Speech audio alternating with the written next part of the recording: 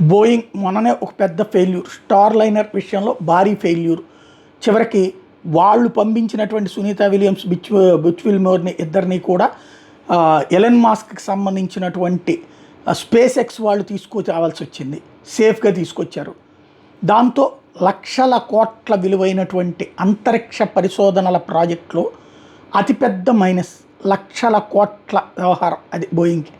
అయితే ఇప్పుడు బోయింగ్ మిగతా బిజినెస్లో నెంబర్ 1.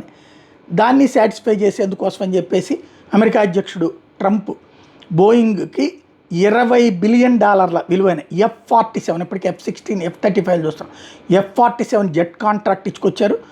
ఇది ఇప్పటిదాకా ఉన్నటువంటి అన్నిటికంటే కూడా డిఫరెంట్. శబ్దము కంటే వేగంగా వెళ్ళడమే కాదు, నిర్దేశిత లక్ష్యాల్ని క్షణాలలో ధ్వంసం చేసి వచ్చేటటువంటి శక్తివంతమైనటువంటిది. నెక్స్ట్ జనరేషన్ ఎయిర్ డామినెన్స్కి సంబంధించినటువంటి పరిశోధనలు, ఫైనల్ విమానాల తయారీ కాంట్రాక్టు బోయింగ్ ఇచ్చారు. వాటిట్లో అయితే బోయింగ్కి రికార్డుని అధిగమించగలిగిన వాళ్ళు ఎవరు లేరు.